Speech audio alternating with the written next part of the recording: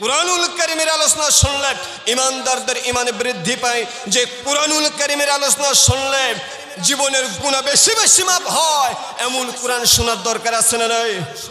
আরো জোরে বলেন আছে না নাই? وَإِذَا قُرِئَ الْقُرْآنُ فَاسْتَمِعُوا لَهُ وَأَنصِتُوا لَعَلَّكُمْ تُرْحَمُونَ। জোরে জোরে বলেন আল্লাহু আকবার।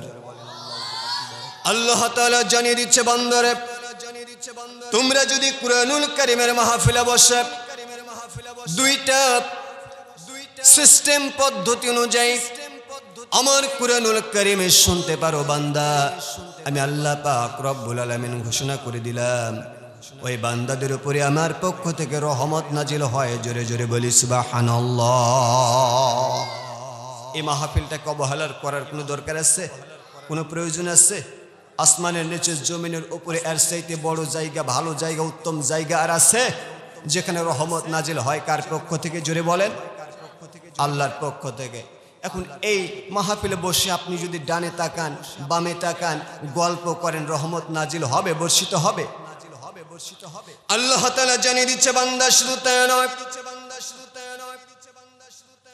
وَإِذَا تُلِيَتْ عَلَيْهِمْ آيَاتُهُ زَادَتْهُمْ إِيمَانًا وَعَلَى رَبِّهِمْ يَتَوَكَّلُونَ।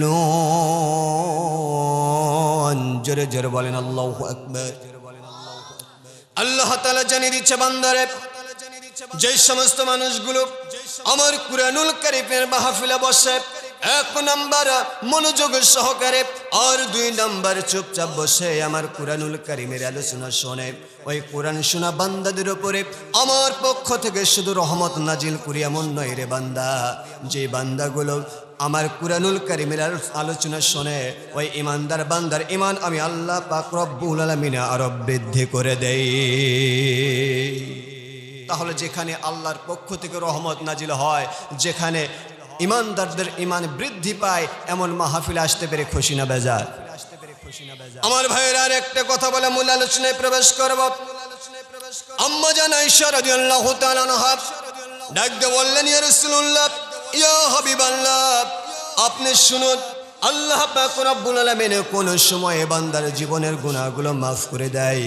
রাসূল আরবি সাল্লাল্লাহু আলাইহি ওয়াসাল্লাম জানিয়ে দিচ্ছেন, আয়েশা রে শোনো, আমার আল্লাহ পাক রব্বুল আলামিন বান্দার জীবনের গুনাহগুলো সব সময় মাফ করে দেয়। জোরে জোরে বলি আল্লাহু আকবার।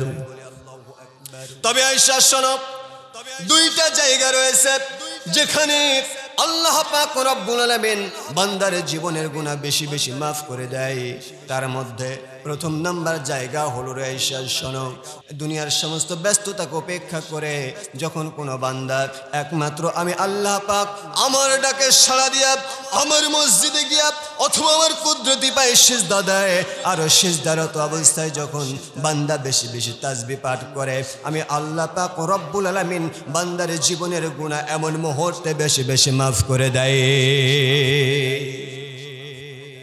ডাক দিয়ে বললেন, আয়েশা রে শোনো, আর দুই নাম্বার জায়গা হলো যখন বান্দা দুনিয়ার সমস্ত কাজকর্মকে উপেক্ষা করে একমাত্র নিজের জীবনটাকে সংশোধন করার লক্ষ্যে যখন কোনো কুরআনুল কারীমের মাহফিলে বসে যায় রে বান্দা।